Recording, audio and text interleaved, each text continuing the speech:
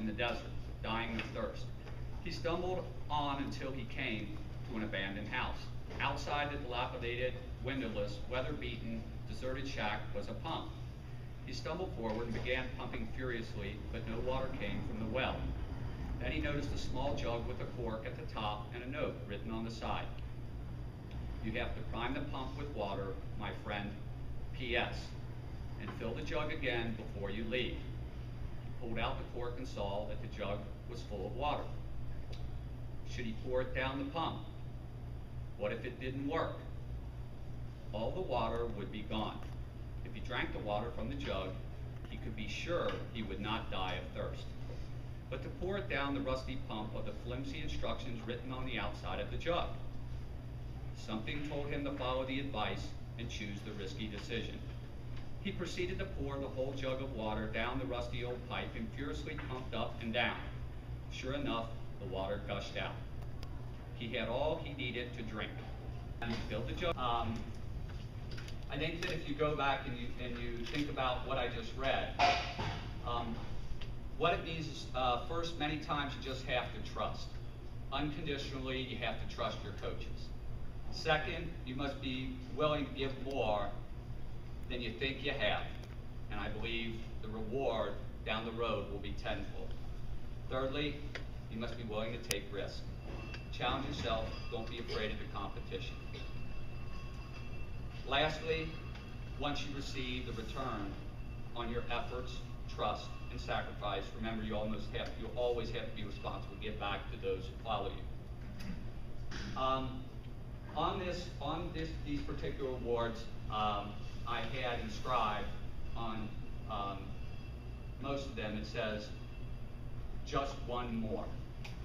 And what that means is, and most of the kids that I've coached, and especially in the field events, they always look to me and say, just one more. And I wanted to think of a slogan or a saying that really sort of epitomizes what that means, just one more, because these kids can wear you out with just one more. You know, Jordan, when we're jumping, it's you know, she'll miss or something and make sure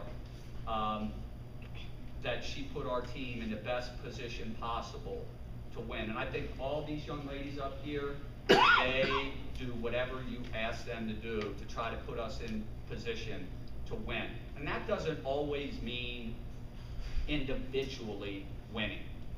If I go to a kid and say, look, you have to get up and you have to do 4x8, 4x4, she runs with incredible spirit and heart, and she really provides a very calming effect to that relay, and she really is an integral part of those kids in that 4x800 meter relay.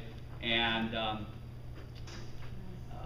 Taylor Bowden, as I mentioned before, Taylor, you know, I have to correct somebody or always add that in, because she does work very, very hard, and she has to get to where she's at.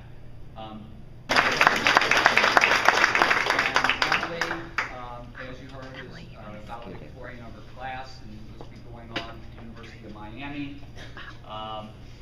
And you know, Emily has really worked hard to get to where she is at, and appreciates the position that she is in, and never takes it for granted.